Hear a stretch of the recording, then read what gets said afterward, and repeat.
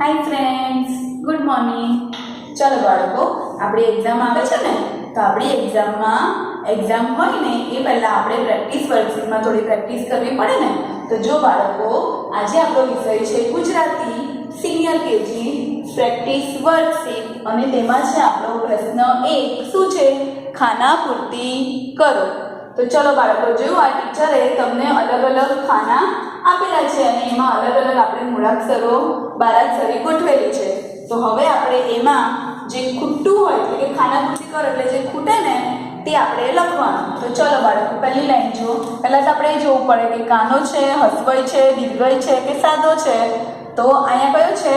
કાનાવાળો કાનો છે. આ દાદાજીની લાકડી છે ને શું કહેવાય? કાનો. તો જો અહીંયા શું છે? ખને કાનો ખા. તો એની પહેલાં શું આવે બાળકો? ટીચર કને કાનો કા. તો લખવાનું પહેલાં કને કાનો કા. કા ખા પછી શું આવે?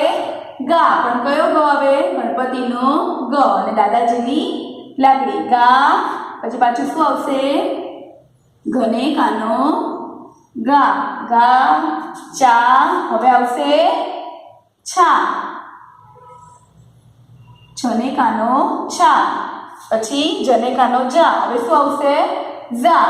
ઝને કાનો ઝા. દાદાજીની લાકડી. જો કા ખા ગા ગા ચા છા જા ઝા ટા. થઈ ગયું બાળકો? હવે અને કેવી રીતે લખવાનું? આ જે આપણને વચ્ચેની બે લાઈન આપી છે ને એમાં જ લખવાનું. આ બે લાઈનમાંથી ઉપરની લીટીમાં જાય તો તમારું કેવું પડે? ખોટું પડશે. એટલે તમારે વ્યવસ્થિત બે લીટીમાં, જો ટીચરે કેવું લખ્યું છે બે લીટીમાં છે ને એવી રીતે તમને પણ લીટી આપેલી છે. હવે શું છે ભાઈ? ચને હસવાઈ ચી છે ના. આ શું છે? ચને દીર્ઘઈ છે. તો ચલો બાળકો, ચને દીર્ઘઈ ચી. પછી શું આવે? છને દીર્ઘઈ છી. જે હસવાઈ કાનો માત્ર આવે ક્યાં આવે? ઉપરની લીટીમાં. પછી આ જને દીર્ઘઈ જી. પછી શું આવે? ઝને દીર્ઘઈ ઝી.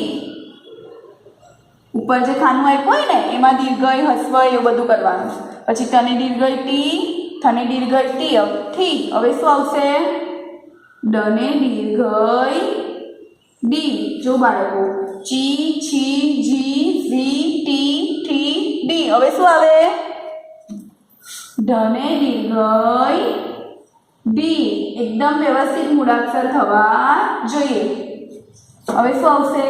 અણને દીર્ઘઈ અણી. જોયું બાળકો? ચી છી જી ઝી ટી ઠી ડી ડી અણી. હવે શું છે? કાનો માત્ર હસવઈ દીર્ઘઈ કઈ છે ના. તો ખાલી મૂળાક્ષર છે. તો શું છે? ક. ક પછી શું આવે? ખ ગ ગ. બોલીને લખશો તો જ આવડશે. ચ છ જ ઝ અને છેલ્લે ટ.